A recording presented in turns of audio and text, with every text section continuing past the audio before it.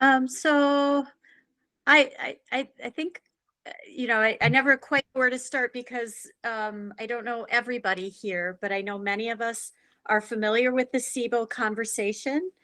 Do we need a little quick SIBO 101, or is everyone, I hate, I think it repeating would or, be good to have a SIBO 101 because not everybody here is out of Dr. Davis's group. okay. Okay. So, um, humans, you've all heard this, humans are more microbes than human cells. Um, we don't always, we don't know the exact number. We don't know if that's exactly true, but we do know that it's significant. There, we are um, anywhere from 39 trillion to 100 trillion microbes just in the GI tract alone. So we do have more microbes than human cells. But what's important to know is that bacteria are the most numerous um, microbes in our microbiome, and then fungal species are the next most important players. And our GI microbiome contains the most microbes, and next after that would be the oral microbiome. So we have the most in the GI tract, and then in our mouths. So usually when we talk about microbiome, we're talking about the really the small intestine and large intestine, but it really starts in your mouth and it runs through our entire digestive tract. So from mouth to anus. And they all have differing microbial composition. So when we talk about SIBO, that small intestinal bacterial overgrowth, we're only talking about our upper GI or the small intestine. And what makes that area so important is that that's where the nutrients from digestion are gleaned from our food and sent into the bloodstream. But when we have an imbalance or dysbiosis or SIBO in our small intestine, we have also what's called leaky gut. And so the openings that allow the nutrients from our food into our bloodstream get it breaks down. It's a thin barrier. It's only one cell thick, and it degrades to a point where it gets too large, and it's too big of a gate. It allows bigger things to get into your bloodstream. It allows toxins. It allows, think of just like chunks that shouldn't be there. It gets into your bloodstream, and then, of course, can go anywhere. And that is why this is such a big problem, because it's no longer a GI issue. Your symptoms might have nothing to do with what we think of as a GI issue. So if you've heard Dr. Davis speak about this, he'll tell you about anywhere from gallstones to dementia symptoms to rheumatoid arthritis, and you name it. Um, that's really the deal, is that it's gone, to disparate parts of your body. Many people with SIBO do experience kind of those classic GI symptoms, and they're pretty easy to identify. And we don't need special testing or tools for the most part to determine if you have SIBO. You can self-diagnose, and we can help you do that. Um, and yeah, and there are antimicrobial ways to resolve it and probiotic ways to resolve it. And then there are dietary considerations that are kind of nuanced. There's no one protocol fits all. And so, yeah, I mean, that's basically the situation with SIBO. So we've talked just a quick bit about the small intestine. But then if we're thinking about our overall digestion, we also have to talk about what's going on in the colon. And that's where the majority of these microbes live. And they glean the fibers from our food, and they feast on those fibers. And we call them prebiotic fibers. They're starches. We can call them indigestible starches. Martha, what's another name? There are like three or So four. there's like soluble and insoluble fiber. Mhm. But it's these fibers. So the easiest one to think of is like the celery, the stringiness of celery. It's that kind of matter from vegetables, that these microbes ferment. They consume it. They create byproducts from consuming it. Some are good, some are bad. depending on who's in there. And then what's left over after all of that happens is what we kind of poop out. So that's really, microbiome 101, digestion 101. And so then we can get into the nitty gritty of what do we do about SIBO? And what do we do about even colonic overgrowth? There are so many reasons why one can have SIBO. I think the most common problem is that we have overgrowths and imbalances in our colon. And when these microbes that we can simplify and say good or bad, these bad guys, they're not bad, but when they are out of balance, they go up, they ascend into your small intestine. That's really the problem. And that's how they get there. I think less commonly, though, people can have some problems in their mouth. They can have gum disease, periodontal disease, and then those microbes actually, so you can get SIBO from the top down as well. You can get food poisoning. That can cause SIBO. If you have taken a lot of PPIs and don't have strong stomach acid, your stomach acid is there to kill off pathogens, but if it's not strong enough, those pathogens are also going to make their way down through your system. And you can end up with SIBO in that way as well. And there are a whole lot of reasons why this happens, and it really isn't your fault. Our environment is so loaded with gut disruptors, which we talk about a lot at Infinite Health too, and here too. Toxins and heavy metals, and Martha was talking about the glyphosates that are, in the fields that near some of our members here. I mean, it's terrifying. And yeah, so food, air, water, there are a lot of reasons why our digestive system is messed up. Is out of balance, yeah. And one of the things too is when the fecal microbes migrate up to the small intestine, or you get some of the oral bacteria not being killed by the stomach acid and being in that small bowel, that's actually where a lot of your nutrition is absorbed and the vitamins are made in the small intestine by the bacteria in the small intestine. And so when you get a lot of these other bacteria in there, they basically start eating up and breaking down the nutrients, and you're not able to access them then. So yeah, that's Kathy Sicard said microbiota accessible carbohydrates max. But so that can also contribute to those nutritional deficiencies, because the microbes in the small bowel are then basically stealing your nutrients from you. Yeah, and so when we're talking about the inability to digest vegetables, and Mary, you brought that up, so leading with that, so many people I work with really need to limit vegetables for that reason, because that's exactly right, that you've got the wrong actors in there fermenting these vegetables, and they're going to cause symptoms for you. What vegetables are a problem for you are going to be different than other fibers for other people. And that's why we don't adhere to one SIBO diet.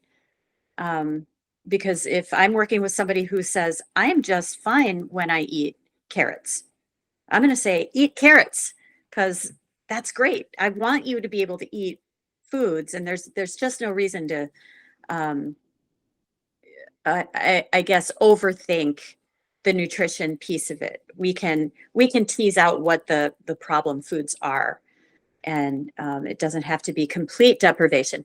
That said, there are people, that there are degrees of SIBO. There are, some people have a little bit of SIBO. Some people have decades and decades of SIBO, and there seems to be this correlation between how long you've had it and how long it takes to fix it. And I hope, Martha, at some point we'll see some sort of test, some ability to say one person has like level 2 SIBO and someone else has, like, does it correlate to how much of the small intestine is, overgrown? Something like that. To my knowledge, there isn't that. Um, Yeah, there's nothing anywhere near that specific. And even the diagnostic tests they have are, I think still pretty rudimentary, but the hydrogen sulfide and the methane gas are good indicators of those organisms. And I think I've talked about that on one of the calls is in the Parkinson's microbiome data is, a higher level of both hydrogen sulfide producing bacteria and methane producing bacteria. And, when those are out of balance, hydrogen sulfide is a poison gas. So, you don't want to have too much of that. I have questions about that unrelated to this. I had an encounter with hydrogen sulfide gas from some plumbing, and the smell like just really knocked me out. It was horrifying. And I'm like, is this the same? Is this what people? So, what's really interesting is Ben could have told this story today, but he moved to a new house they were renting. And he set up his new studio and he was doing all this, and they found some mold. So he had a air quality consultant come in to look at the place, and they found mold all over the place. So he was going to have to move out, but he's like, okay, well, I'll just keep the house open and let the outside air out the mold while I'm, figuring out how to get out of here. And the air consultant walked out on the back porch and he said, "You're not going to open your house up." And basically, he lives in Miami and he's on one of the marsh areas. And there's the hydrogen sulfide gas coming off the marsh in this neighborhood was like 10 times above the EPA's limit for hydrogen sulfide gas. So, I think there are a lot of little environmental pieces of the puzzle that people don't realize. They don't think about that. And it's interesting that you bring that up because when my son was here visiting last summer, outside, he kept saying, "I smell hydrogen sulfide. I smell sewer gas." And we never could figure out, we have a septic tank here. We couldn't figure out where that was, but there was this little pocket where you would walk on the farm through this pocket and smell hydrogen sulfide gas. That it's a tough one when it's coming from the plumbing, because we know that Right. chlorine is a gut disruptor, and yet chlorine is the answer in many cases, at least in a house's plumbing to have. Yeah. So, So yeah. So, this paints a very negative sounding picture, but when we talk about SIBO, I just really want everyone to know that it's also treatable and fixable. Um, Yet it doesn't go away on its own, and the downstream effects of untreated SIBO are terrible. So it is treatable. I work with people just about every day and see the success stories. So, um, I just want to. We can talk all day about how destructive and how it really can harm your body in terrible ways, but it's also we can also reverse it. So I just always like to let people know that right away. yeah, it's not without, yeah, you don't want people not to have hope that they can't get better, because people can always get better. You can always do better. You can always feel better. There's always something you can do. Yeah. Yeah, and then maybe Martha, so we talk a lot about environmental causes of SIBO, and pharmaceutical causes of SIBO. So, one of the things we learned from a functional pharmacist a few years ago at Infinite Health is that every pharmaceutical drug brings with it some degree of gut disruption. Um, and so, just we just need to control the things that we can control as best we can. Um, so if you must take a pharmaceutical drug, then maybe that's where you pay extra mind to your, to what you're drinking and to your air purification system in your home. And, you know, we can't all be perfect, but um, we can all affect these environmental issues. But one of the relationships that I'd like to talk about, and especially in the context of sugar shift, is the relationship between metabolic health and SIBO, because they are connected. Having high blood sugar can cause SIBO, and having SIBO can cause high blood sugar too. But we know that when we fix metabolic syndrome, if we want to call it that, and when we correct dysbiosis, we have nailed 80% of chronic illness. So we have a lot of control here between these two major categories of health. But Martha, I didn't know if you wanted to talk about the metabolic piece, the blood sugar piece, as it relates to SIBO or gut disruption. Well, I mean, part of the thinking behind the formulation of Sugar Shift was, we were originally looking to convert sugars. And what you find when you do that, because we are converting glucose and fructose, those are the preferred carbohydrates for many of those pathogenic bacteria. So when you convert those into mannitol, which feeds a broader profile of bacteria, but it takes away the preferred food source of things like, streptococcus or even H. pylori or some of the other Clostridia, gram-negative bacteria, the proteobacteria. You get a die-off of those. So, there is some disruption, but you'll get this normalization of the metabolism.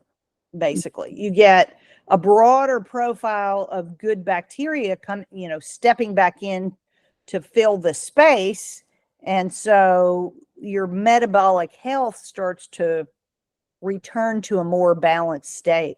And what we find is people who are trying to get into ketosis, like what the one lady who was on today from Europe, who was easier to get into ketosis. The same thing with Ken, who's on our website, who actually was a vegetarian, who was never able to fast for longer than 8 hours. He was just ravenously hungry, and he started taking the Sugar Shift. His gut profile changed, and he was not hungry anymore. So he was able to fast until like 2 o'clock in the afternoon. So all of those are, changes that are kind of showing that transformation of the metabolism, but it's an indication that you're also addressing that SIBO, because that's really a big piece of what's driving that constant hunger, the swings, all of that. Yeah. Yeah. And then correct me if I'm wrong, but my understanding of this is that also having high blood sugar and all those, effects of insulin resistance, the bacteria themselves, not just the LPS or other byproducts, but the bacteria can move across the intestinal wall in and travel to other organs through the bloodstream. Um, And so that being caused by high blood sugar would be just yet another reason to control that blood sugar. And I think too, I was at a conference a couple of years ago where they were looking at what they call cell-free DNA in the blood. But it was coming from pathogenic organisms. So if you think about that, like when it's crossing the leaky gut, it's going into the bloodstream. It can be carried around anywhere in the body. So, in the joints for arthritis, you know, in the heart, really any of these chronic inflammation that pops up can come from the bacteria that have crossed over through that leaky gut barrier.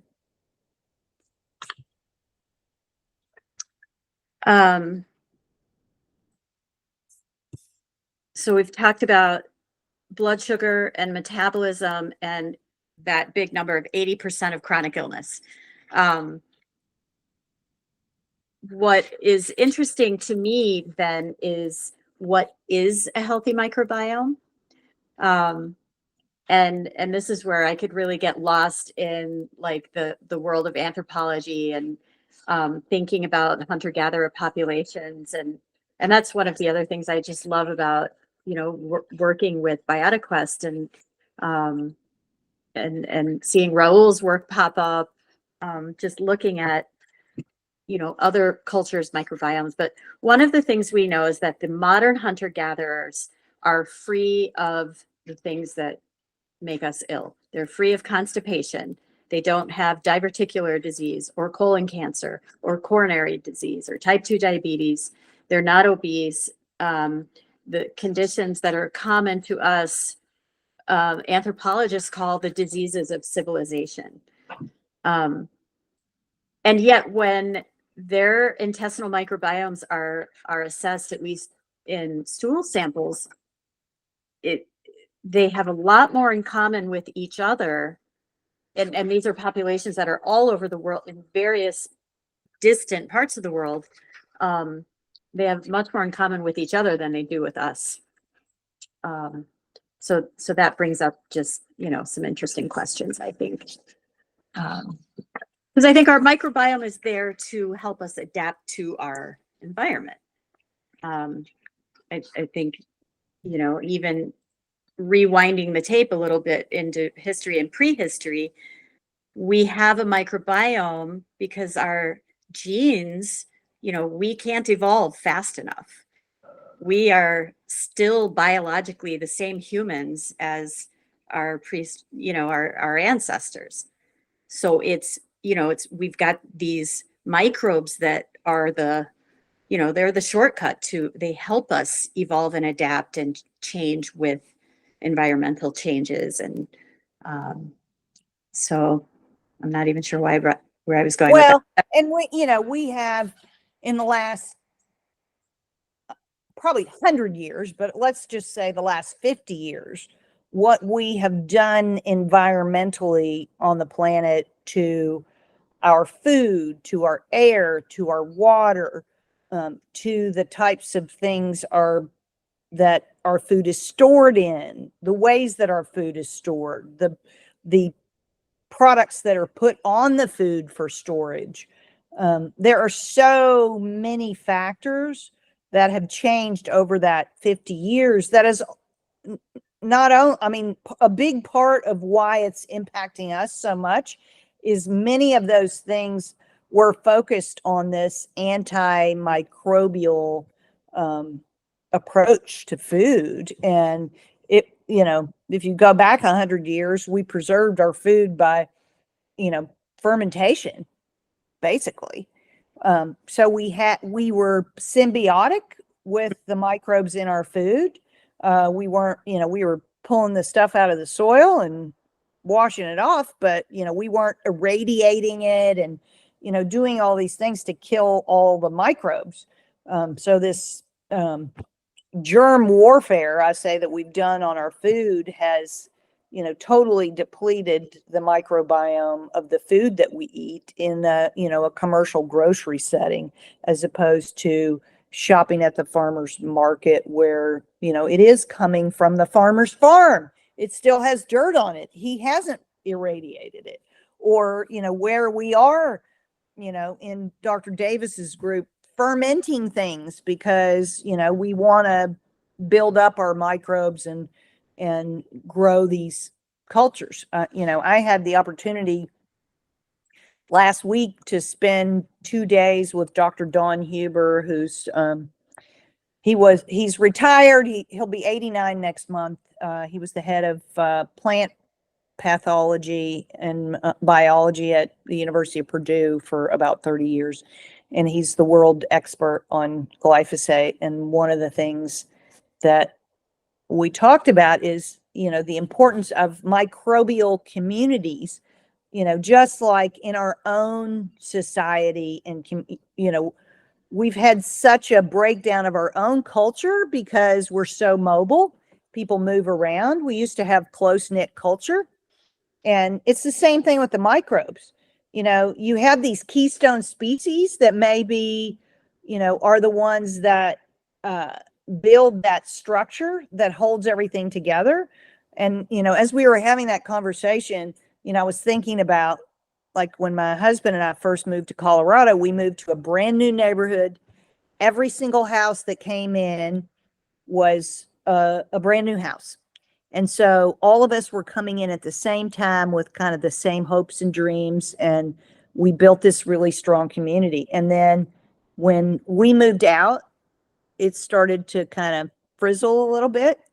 And the same thing happened. We went to a new neighborhood and all the people were building at the same time. We built this strong, close-knit neighborhood.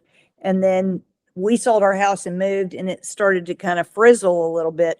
And that's sort of, we were talking about the soil, a neighborhood, the human microbiome. You lose that sort of keystone species that's driving that connection, and the whole community starts to suffer.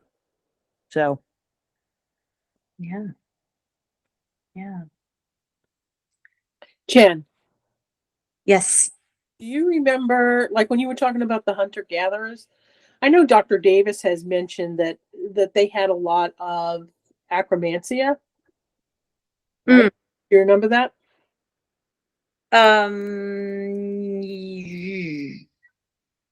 Because that's You know, one of A lot of acromantia. that's one of the species that I'm like, I have tons I of. know they do have it. I don't know Yeah. what the percentage is. And that is one of those where it can be really pretty tricky because while it's considered a beneficial microbe, it's also can kind of turn on you and start to eat your mucin layer. So Well, if it, and, yeah, and I'm sure that's what was happening to me, because I didn't know this until I think one of the last meetings that Dr. Davis did. He actually said that, we were talking about things that feed acromantia, and one of them is astaxanthin. Mm-hmm. So a year or so ago, he recommended everybody take astaxanthin, and I started taking that, and I didn't make the connection. But after he said it last week, or whenever it was, a couple of weeks ago, so I stopped taking the astaxanthin. My joint pain is all gone, or not totally, but almost all the way gone. So I got rid of the astaxanthin, and I upped the rest of my prebiotic fibers, and I feel so much better. But I'm one of those people who, yes, I have SIBO. I know I do, but I never had like digestive issues. I had constipation my whole life, but that was probably more just because I took antibiotics, and I'm sure it disrupted my gut. So I'm still trying to figure that out. And I took your advice, Jen, and I bought some of that. Is it True Bifido? Yeah. True. So I bought some of that, and I made yogurt out of it, and it makes a really, really thick yogurt. And I also did the one HU58, which is a Bacillus subtilis that Dr. Magarinos wanted me Yeah. to take. Yeah. So I make yogurt out of those two, and I make SIBO yogurt, and I'm still taking the sugar shift. That's a lot. Yeah, I'm eating way more yogurt than a half a cup a day. But I feel like I have to do something. I've been doing this for years, and and I haven't been able to get rid of the SIBO, and I've tried the candy Bactin 5 or 6 times, and I did the essential oils, and I'm not normal like everybody else, I guess. Well, and this brings up a good point, though. So we talk about SIBO happening from the top down. We talked about it coming from the bottom up, overgrowth in the colon. But there are other things.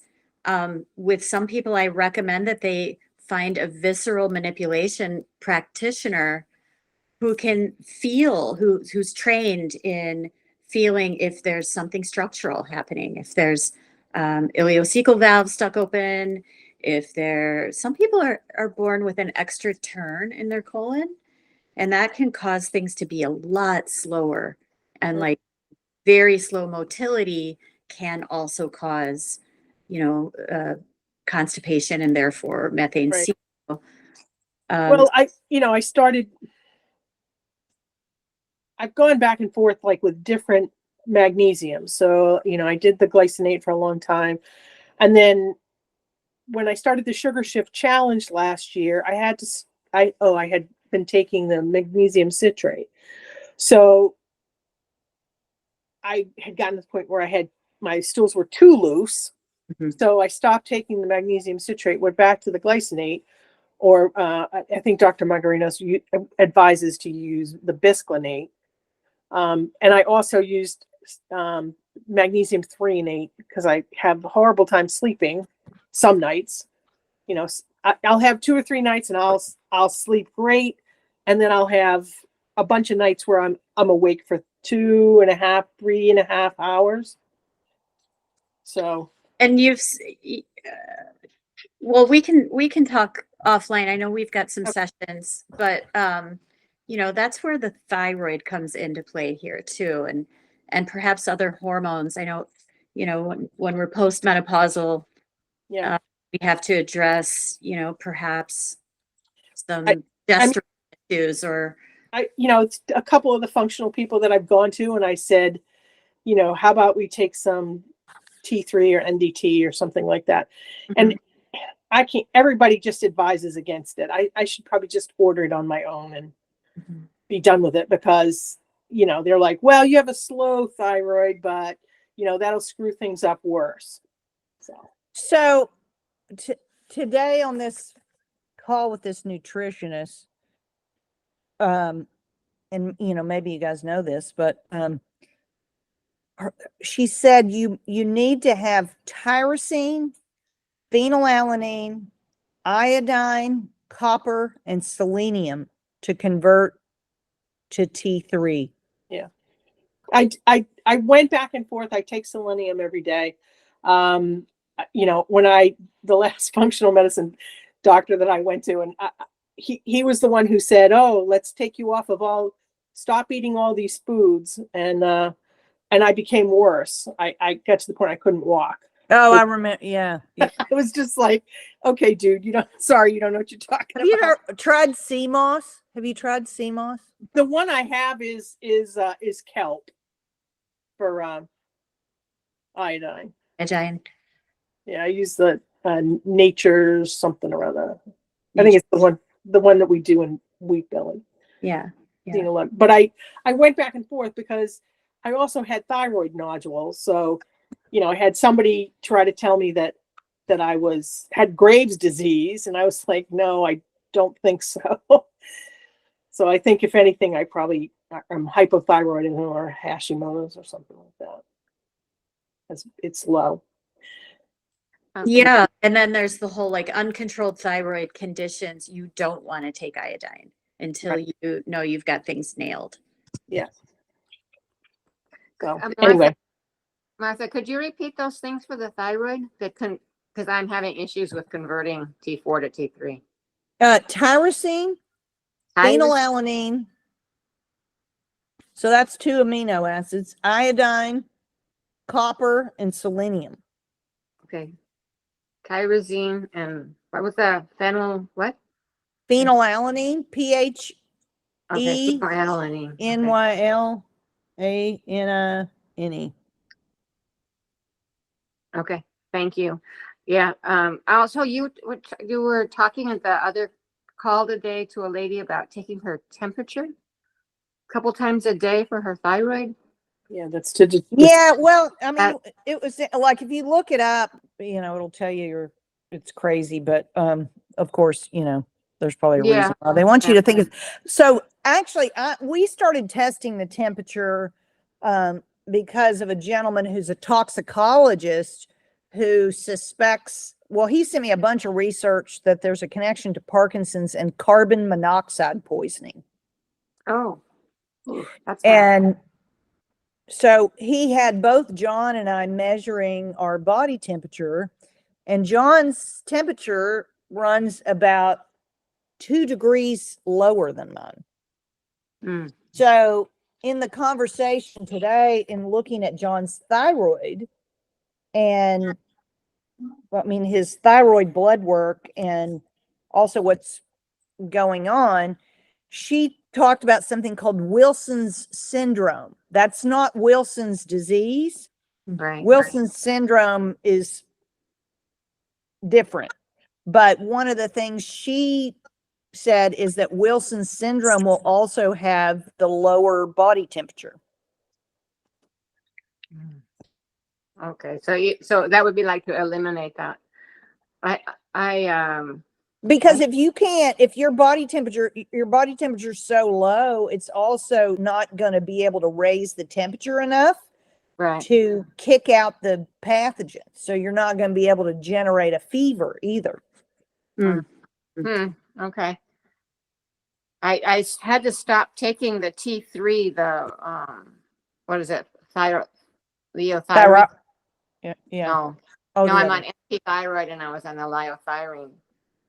He had increased the dose and then I started to have really bad swelling. I thought it was just in my legs, but no, it was my face, my abdomen, everywhere I was swelling. So I'm back just on the NP thyroid.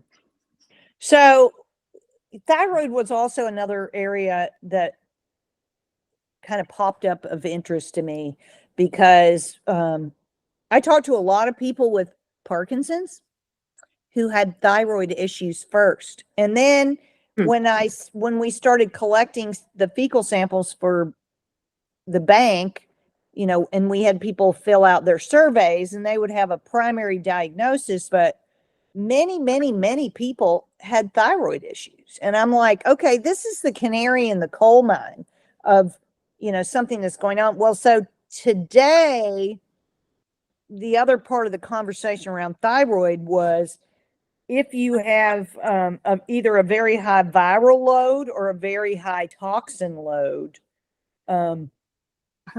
like the reverse T3 can't function properly. Like the thyroid cannot function properly if you are carrying a high viral type of infection or a very high load of, say, heavy metals or toxins or, D, all the above. Right. What about, I guess also inflammation with endotoxemia, right? Right. Oh, so many things to look into. Because I also had last time he checked my T3, my reverse T3, it was high. And then I read someplace, it was irrelevant, so I haven't asked him to check it again. So if that is high, the note I have in my book is like high, you shouldn't have a lot of T3, a reverse T3. So if you have a high reverse T3, that is an indication of a high viral load or a high toxin load. So I need to do something like heavy metal testing. I would say that would be, because she, of course this was for a male, but the reverse T3 should be around 8 and John's was 16. I think mine was 17 or 18. Now, if you have a lot of parasites, don't you, the parasites have a tendency to hold on to the heavy metals. Yeah, I have no- yes, although that it's interesting because I listened to a discussion yesterday on a podcast called Terrain, and they were basically saying, like, we have these microbes, parasites, whatever, they're in the body, they're taking care of the terrain, basically. So, Right. you got to work on your terrain. If you have like more than I want to say, I can't remember if it's 7 or 0.7 of percent of eosinophils on your CBC with differential, that's indicative of having parasites. So I have heard of that too. so I'm in that category. So I'm pretty sure I have parasites, but they tell you don't treat your parasites until you have all your pathways open. So Pathways open. like well, elimination, so that you can eliminate. Otherwise, Oh, I see. you basically, what you can do if you try to say Like- detoxify heavy metals, and you don't have a good way to, like, if your liver and your gallbladder are all kind of clogged up, then you can't really clear it. It's just going to move around to someplace else in your body. Right. I So, see. I mean, right. and that, so the thing that we were very pleased with John was that his, like, from November to now, doing this specialized lipid replacement program that he's doing, that, I mean, his blood work has improved significantly. So, clearly his toxin load is lower, his inflammation is lower. I mean, he's still got a long ways to go, but it's moving in the right direction. So, and that's what you want to see, is that you're moving in the right direction, and you start to feel better. Do you Yeah. know if he has the MTHFR? I'd have to go back and look at his genetics, but I am not in the camp that your genes are your destiny. I believe that the genes are turned, and if you look at epigenetics, they're turned off and on by the environment. And what I will say is MTHFR is, I think, the folate gene. Yes. And one of the genes that's been engineered into the food as a marker gene in the genetically engineered corn and soy is dihydrofolate reductase, that actually disrupts that pathway. Oof. Well, you figure all the flour and anything that says enriched on it has the synthetic form of folate, which wreaks havoc on people who have the MTHFR genes that have been turned on. So, and it basically just kind of screws up my liver, and I'm actually heterozygous. So I have a double whammy on the. Yeah. So, I try to work on that, have a rebounder. I try to do those kinds of things to open up my pathways. But we did get I forget who makes it, but it's like this just little vibrating plate. It was like $99 on Amazon. And yes. he stands on that, but and he's doing lymphatic drainage massage every week to move, because that's where you get the lymph stuck if you're not moving lymph. And there's a lot of great online Yes. teachers for how to move your own lymph, but if you've got the time and a good person who can do lymphatic drainage, that's a great option. Yeah. Okay. I think that's another just fascinating part of physiology, is, the lymph. There's no pump. We have to, our body's movement is the pump. And I just, that, just yet another piece of the complex puzzle. But physiology is very complicated, but our actions don't have to be. Our actions are actually pretty simple. The way we move, the way we eat, we don't have to overly we can support the physiology in pretty basic ways. Simple ways.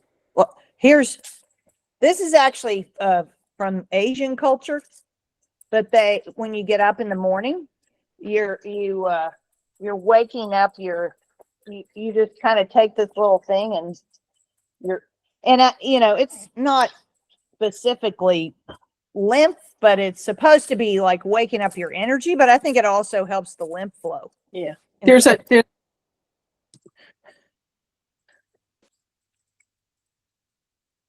Go ahead.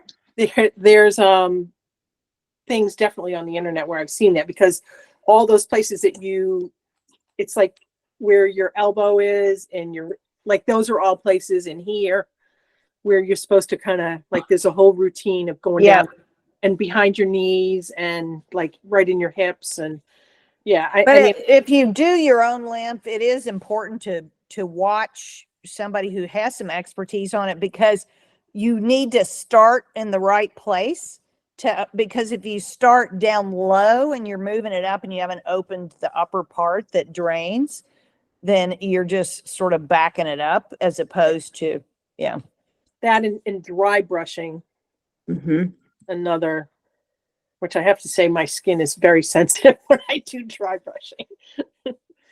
So I haven't been very good at doing that, but I would like to get a sauna, but I rotate through being good about it, because I go not quite every year. It's probably about every 18 months. I go do a Ayurvedic retreat called a Panchakarma. And that always reminds me, like leading up to it, you do all this preparation and it's interesting, since I've been keto now for 2 years. I mean, I'm not 100% keto, but the 2 weeks leading up to that, I'm eating nothing but this khichdi, which is rice and vegetables. So it's like a total about face in everything that I eat. well, Dr. Magarinos, when he commented on he was like, are you doing keto? Because this is what your microbiome looks like you do keto. And I was like, I don't.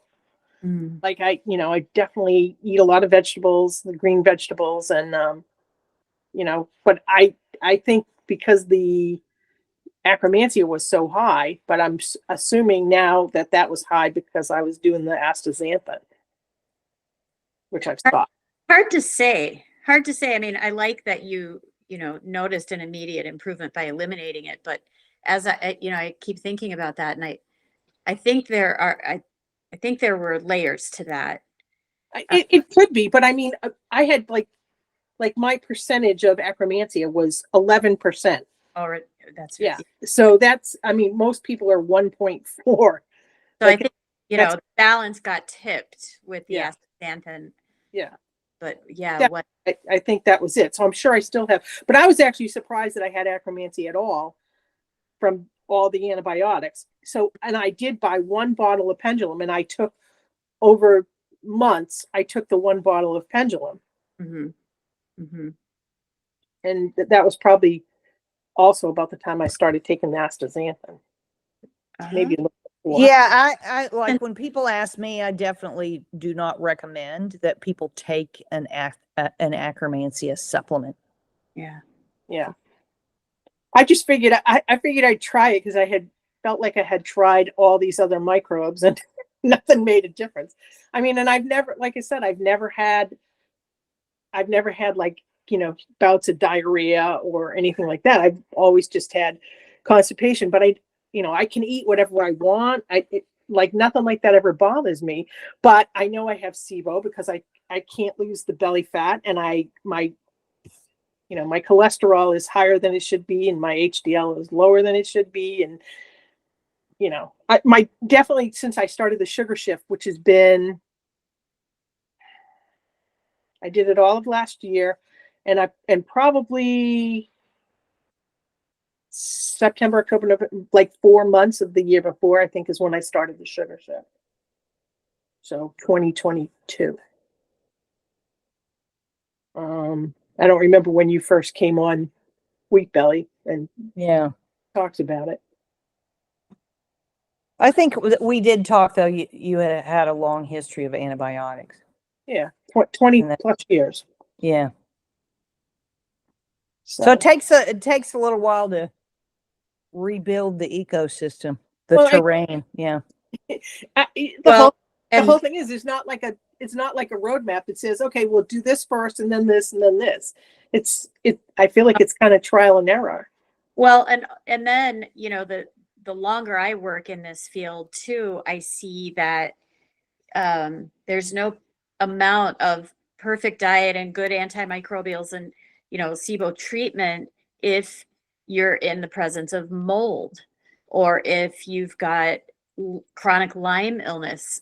I mean, there really are underlying conditions that have You to got be to. concurrently. So that's, you know, I've, I have worked with some really tough cases, but the needle moves when the mold illness is addressed. And I was exposed to mold a long time ago. So, that's always in the back of my mind, but I'm also, I'm trying to, I want her to do, some kind of parasite treatment because I figure I have heavy metals that the parasites are holding on to. So I'm trying to decide like which comes first. And again, Dr. Magarinos wants to do like heavy metal like the full toxic testing, which I've had some of that done already. But until I treat the parasites, and I don't even know, he also said PFAs, like, but is there anything you can even do to get rid of PFAS in your body? Well, I mean, Raul and I talk about there are microbes that can break them down, but I don't think there are any of the lactobacillus that we're looking at. Yeah. It's probably more the spore formers like megatherium or something like that. So Well, we'll see, I guess. question for Jen as far as the coaching that you're doing within Sugar Shift, how does that work? Because I think you were going to talk about that tonight, right? Yeah, and so you guys are familiar with the coaching I do at Infinite Health, and what we've done with Sugar Shift is create a much more deeper dive in one-on-one coaching. And so what I really wanted to do was work with people in this 6-month time frame, because that's really the magic really starts happening. I can help you in 2 or 3 sessions with just counting carbs and figuring out your diet and adhering to the supplements and and what are your obstacles too to doing those things. But in my longer programs, which I do in person here through a functional medical clinic in Milwaukee, I wanted to offer that to the Sugar Shift members because that's just really where deep change can happen. Where you've got me with unlimited emails and sometimes text messages. I don't always answer immediately, but I have people who text me from the grocery store, like, do I buy this or this? And you guys know so much about nutrition, but there are people out there who still need some help with labels and they might find a nice looking keto product, but then it's got corn fiber and they might not understand why that's not so good for us.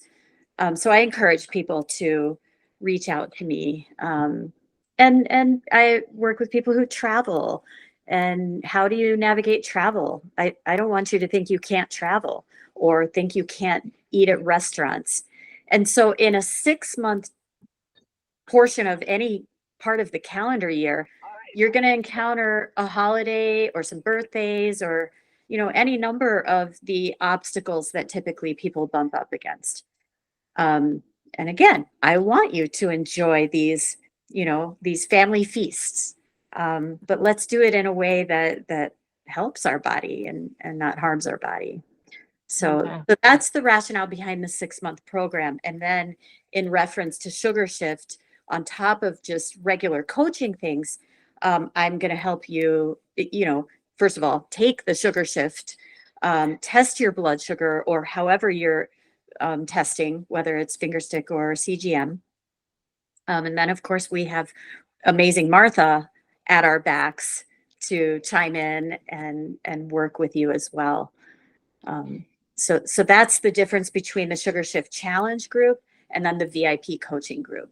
So the VIP coaching group really is a personalized one-on-one Looking at experience. you personally and what your challenges are. Okay. And is there information you could send me about it? So that I could, like, how much it costs and what kind of sessions and how often or something like that. Yeah. Absolutely. Yeah. Mary, I have your email address. I can email you.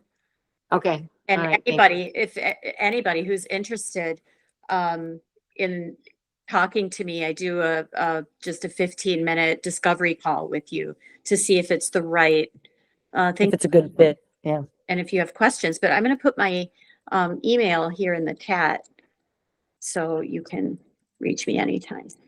So I have another question about, I went to see my PA about a week and a half ago, and I'm scheduled for another one tomorrow, but it's like, he recommended IV therapy with, it has lots of vitamins and different things in it. And then he said hydrogen peroxide, and I went, what? Mhm. So have you had any experience with that? I don't want to kill myself with it.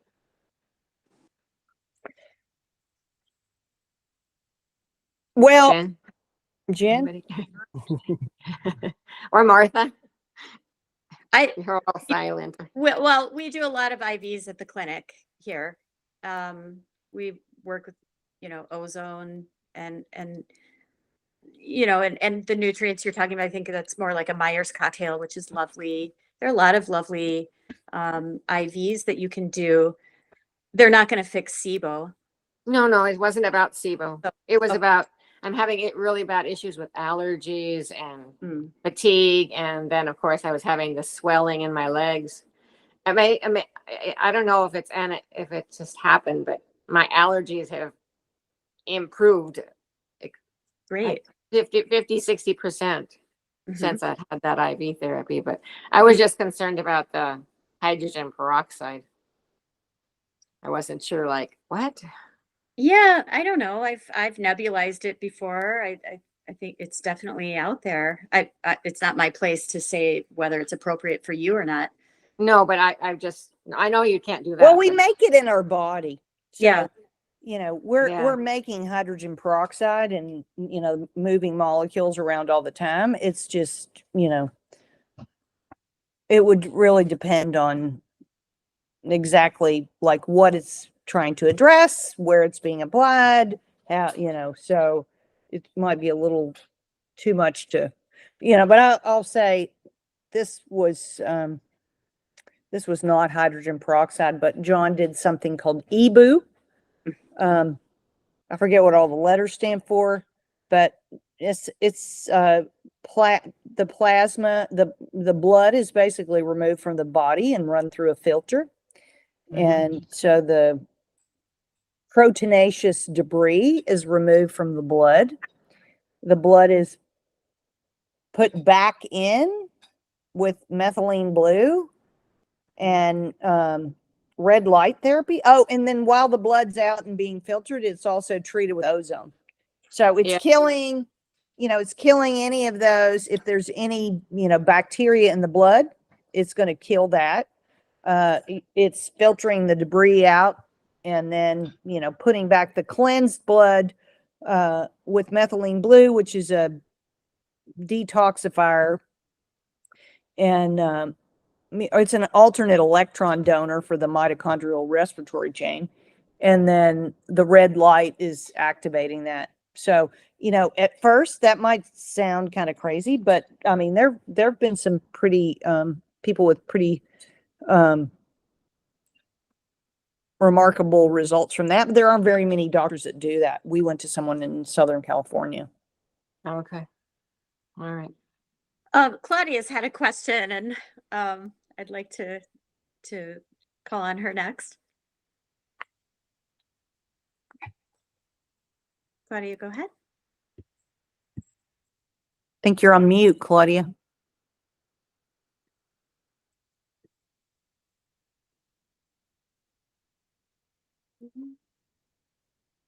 I don't know can we unmute her? I don't have host I control. don't, I can't unmute her. Claudia, it's at the bottom of your screen. There's like a little microphone.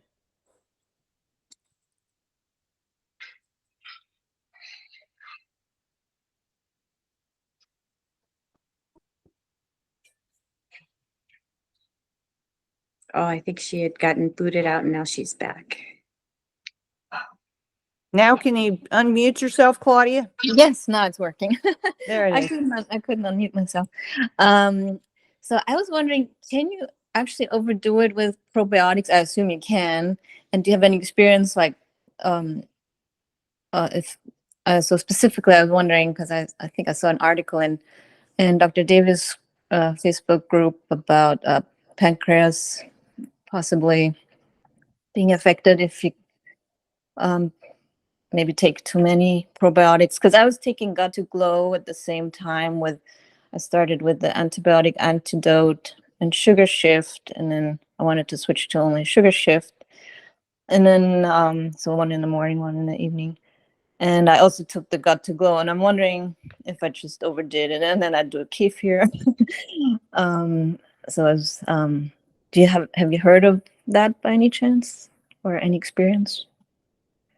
I think you can overdo it. And of course, you know, we say we make our formulas as a working team. So, you know, we do recommend if somebody is taking another probiotic when they are taking Sugar Shift or one of our other formulas, that they separate them by a couple of hours because it's a functioning working team. But I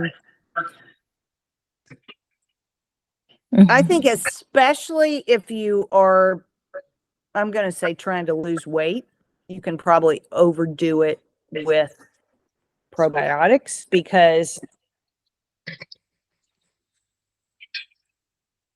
if you think about like when the bacteria are making yogurt, they're actually making structure and growing something. So, you know, if you just keep piling in stuff that's growing stuff.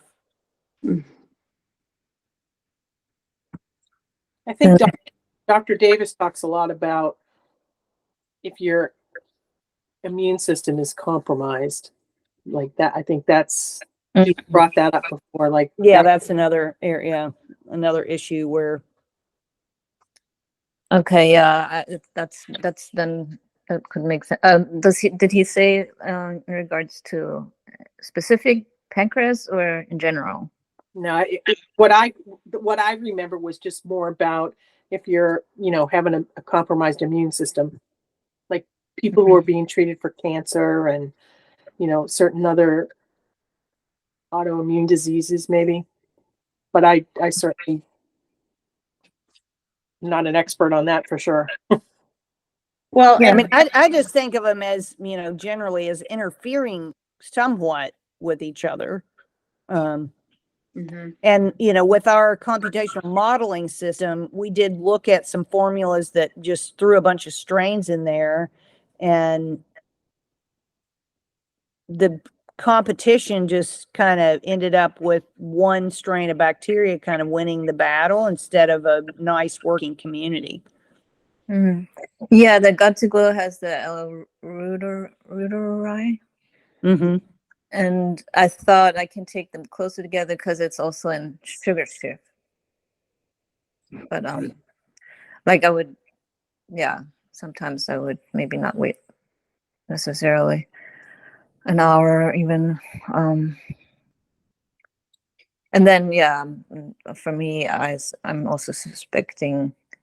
I got tested for Lyme disease, which was negative, but I think it might have been, you know, tests are not necessarily reliable. They are difficult to, especially if you're if you've had it longer. They're quite difficult to. Yeah. So I don't know if that then all could result in. Yeah, and Yeah. then SIBO too. SIBO can also make it, make it difficult to sort of assimilate other probiotics.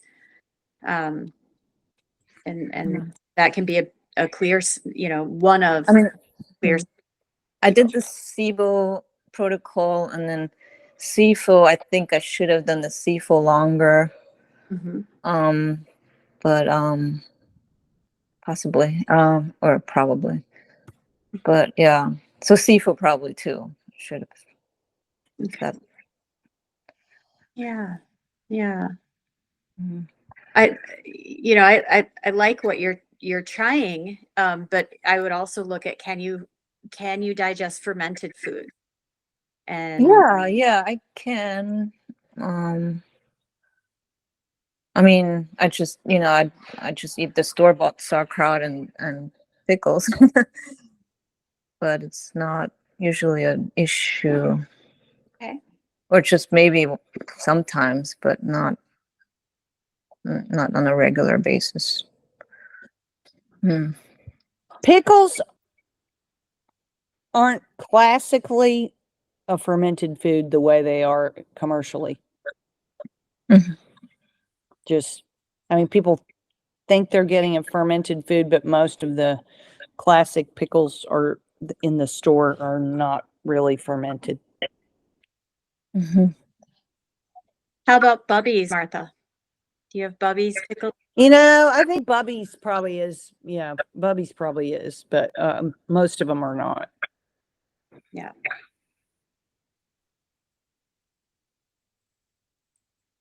And you have to be careful because a lot of them also contain polysorbate 80, which is a gut disruptor.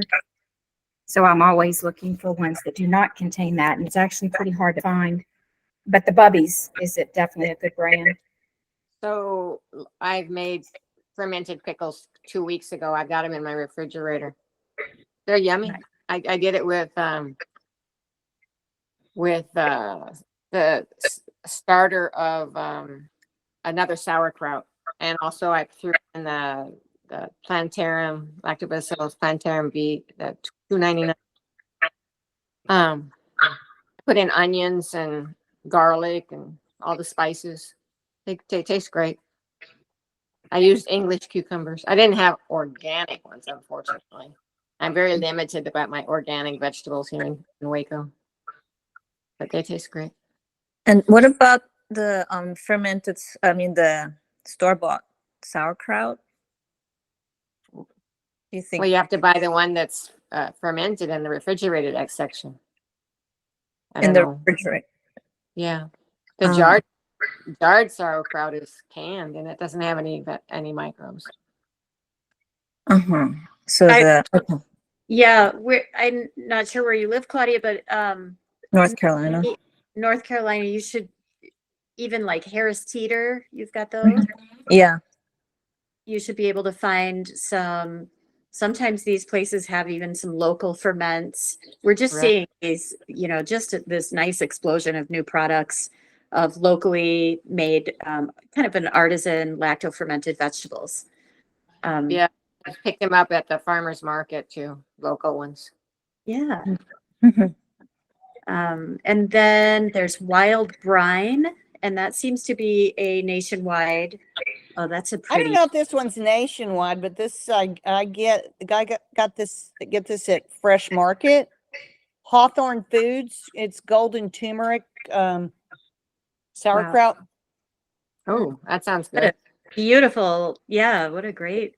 It jar. is really very. So it has cabbage, hot peppers, turmeric, and cumin seeds and sea salt. Yum. Mm. What's the name of the website that they sell the cultures? Is it Culture Life or Cultured Food Life. Yeah. Cultured Food Life? Food. Martha, is that spicy? It's only just a tiny bit, not really spicy. Mhm. Okay. Claudia, where in North Carolina are you? I'm close to the Outer Banks, Oh, okay. so in the very northeast. Yeah. I'm in South Carolina, but I'm the opposite. I Oh. love duck. How far are you from duck? Oh, I'm pretty close. She's I mean, close to duck. I basically I'm across the sound from Duck. But when I Okay. drive there, it's maybe in 45 minutes, hour or so, because I have to go down and then through Kitty Hawk and then up again. Yeah. Nice. Mhm. Well, So I, so any sauerkraut in the fridge or other fermented food would be in the fridge. I would find in the fridge section. Refrigerator section, yeah. Uh-huh.